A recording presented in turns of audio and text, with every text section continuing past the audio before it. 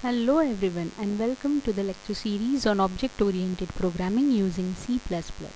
I am Mrs. Gitanjali Mahamudkar, lecturer and research scholar at Department of Computer Engineering, Dr. Babasaheb Ambedkar Technological University, Doonere. This is the third lecture in this series which covers basics of C++ like character set of C++, what are white spaces and what are the tokens in C++. Basically in this lecture I'll be covering just 4 of the tokens, keywords, identifiers, variables and constants, and the remaining part of the tokens in C++ we'll discuss in the next lecture. For the previous lectures, please visit my channel Learn with GSM and subscribe to my channel for more such videos in this lecture series. The books that I am going to refer for this lecture series is Object Oriented Programming with C++ by Balagurusamy and Robert Lafour. I'll be using an online compiler for executing the programs that I might cover in these lectures. You just need to have a laptop or machine with internet connection if you're watching this on mobile, and knowledge of C is preferred but not necessary. Now what is a character set? Character set in C++ is the basic building block of the C++ language. You can define it to be made up of can be defined as a set of characters that either individually or in combination represent some information. So in the C++ program is basically made up of sequence of characters and consists of upper and lowercase letters, digits, special characters and white spaces.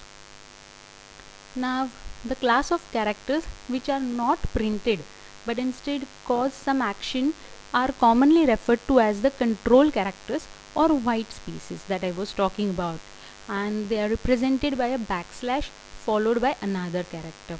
So now let us understand what are these white spaces in detail. White spaces are also known as control characters or escape sequence characters. They are represented by a backslash followed by another character. So here if you use /b, then that becomes backspace.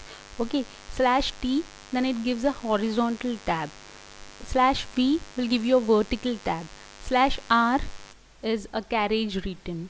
That is, it will take you to the take back to the beginning of the sentence instead of a new line. And if you want the cursor to move to the new line, you'll have to use /n, \n. Then /f will give a form feed, and /a will be a alert character. So these are the white spaces. We'll see their use as and when we'll do some programs, and I'll demonstrate their use so that you understand it in a better way.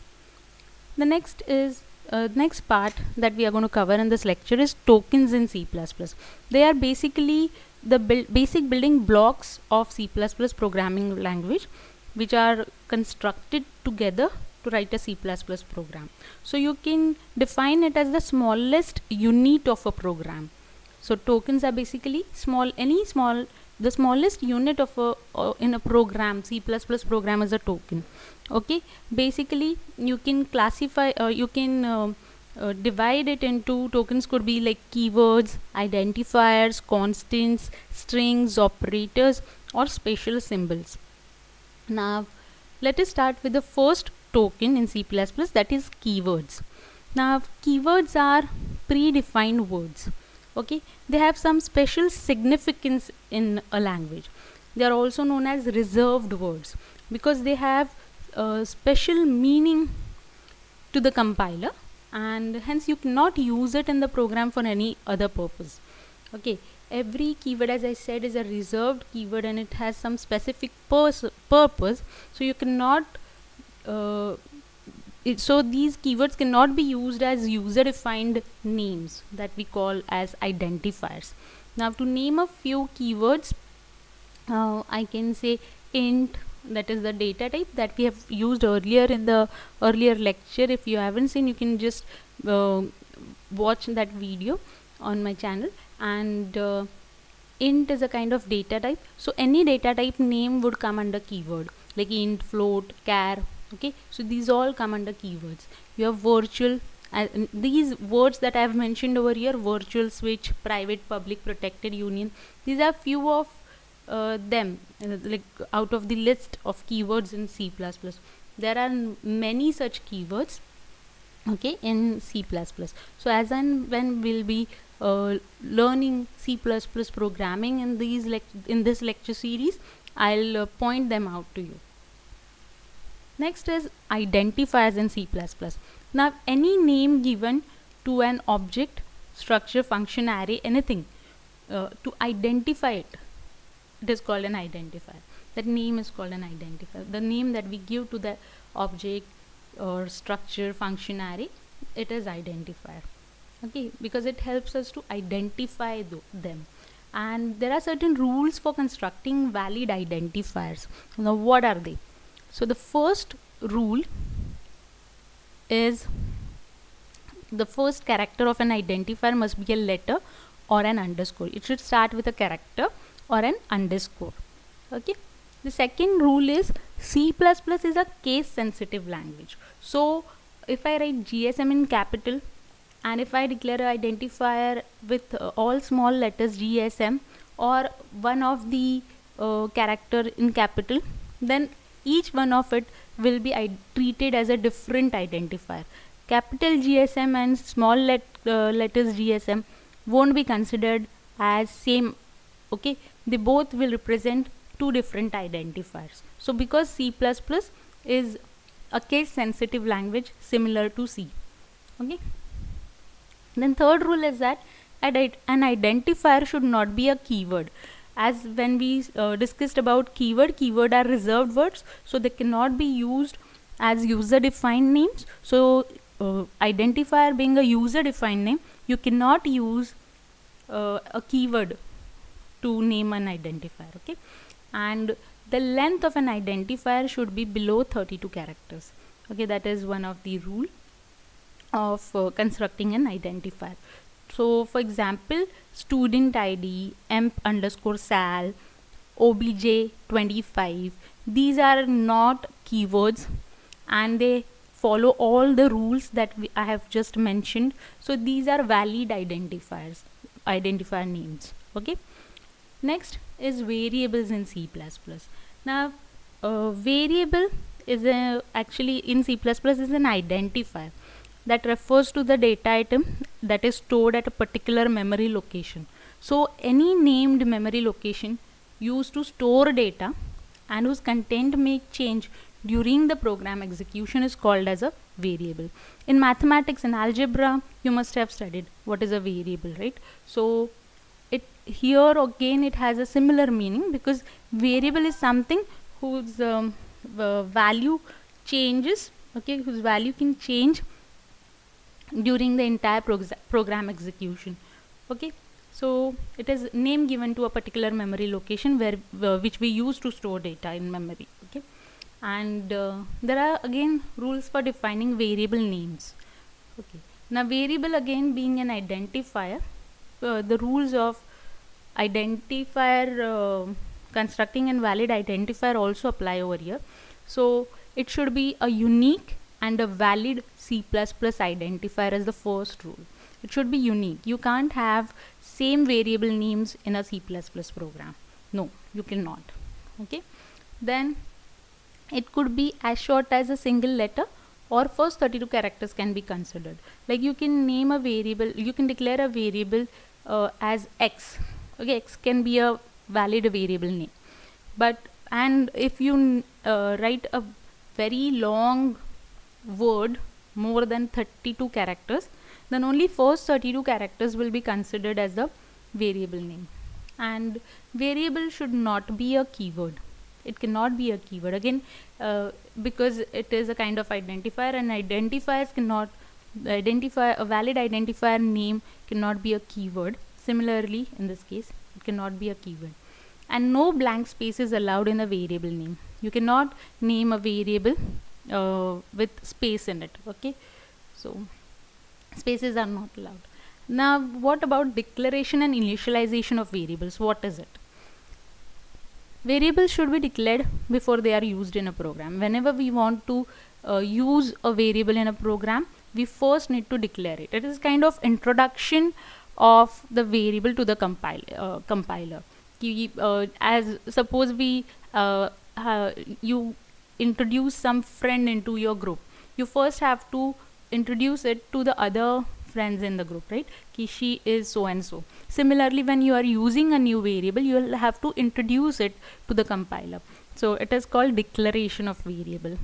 Okay. C++ actually permits declaration of variables anywhere in the program, whereas in C it is not allowed. So but this is the speciality of C++, that it permits declaration of variables anywhere in a program.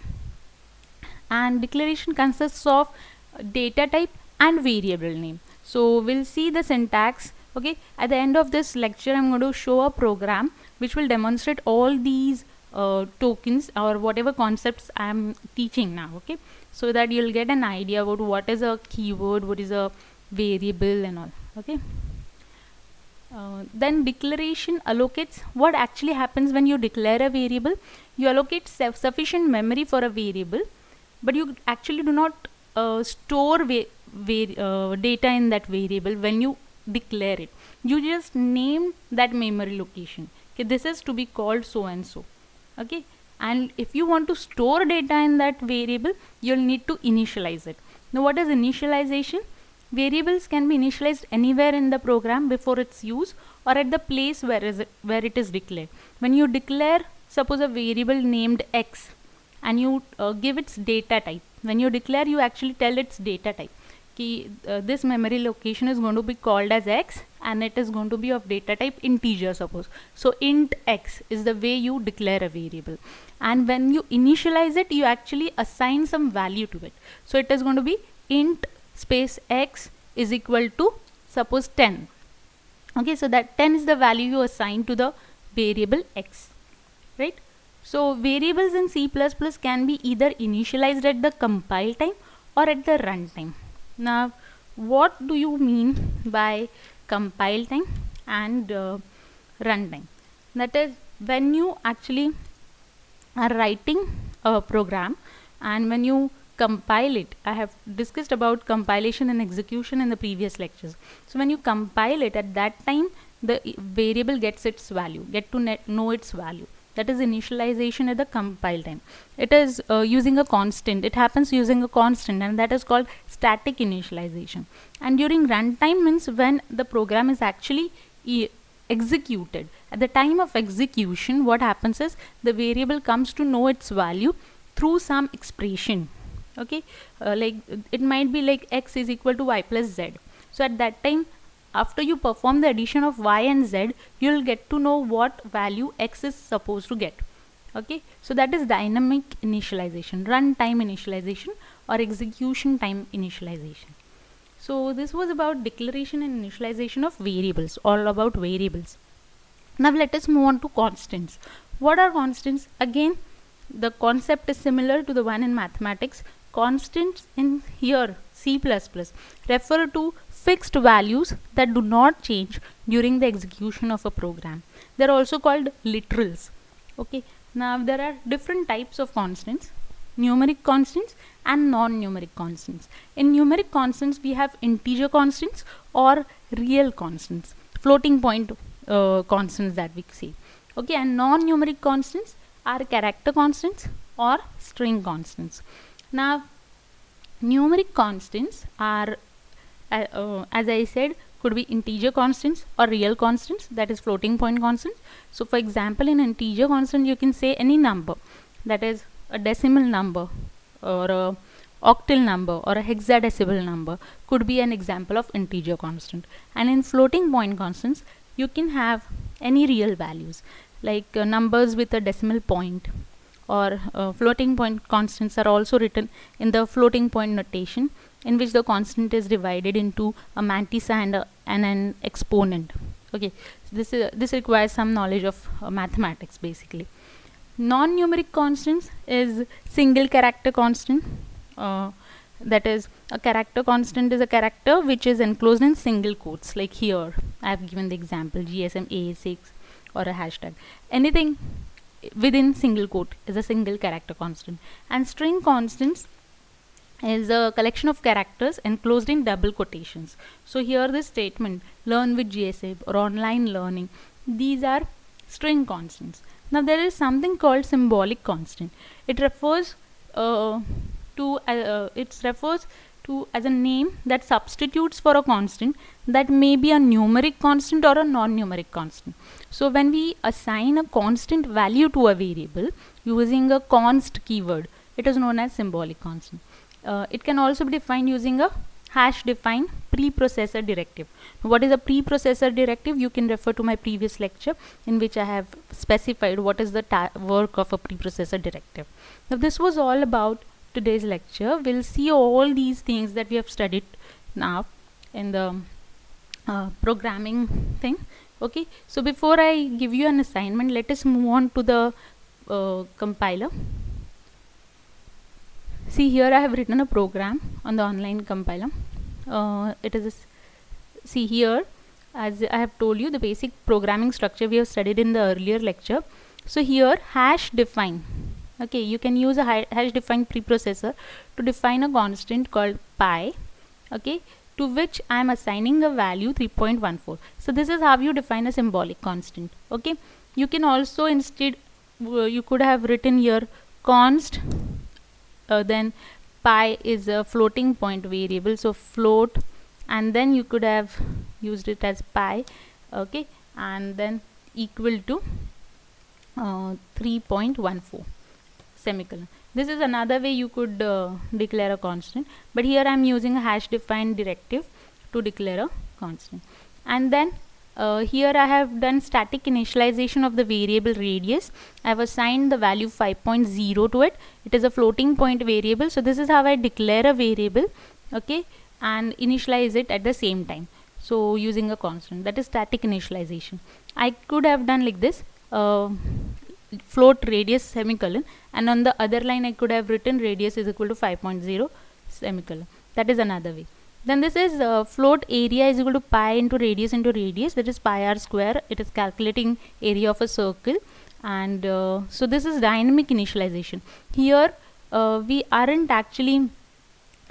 calculated it over compilation time. This calculation doesn't happen, it happens during the execution time. So when this program will execute, at that time area will get its value, that is that will get to know, means 3.14 into 5 into 5 will be the value assigned to area. So area of circle will be displayed. Here I am using /t, so this will give me a tab character, okay, and that is a horizontal tab.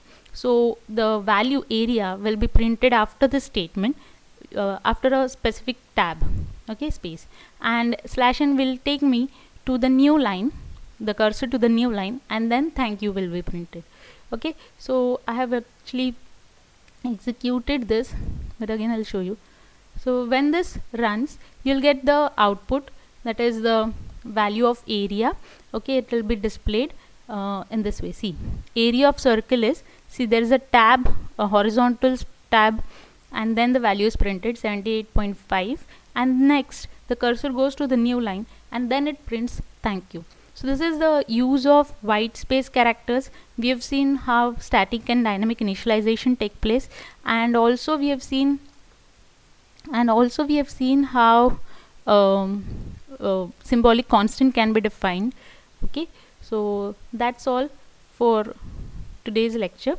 So the assignment for you is, you define all these words, token, keyword, identifiers, and symbolic constant.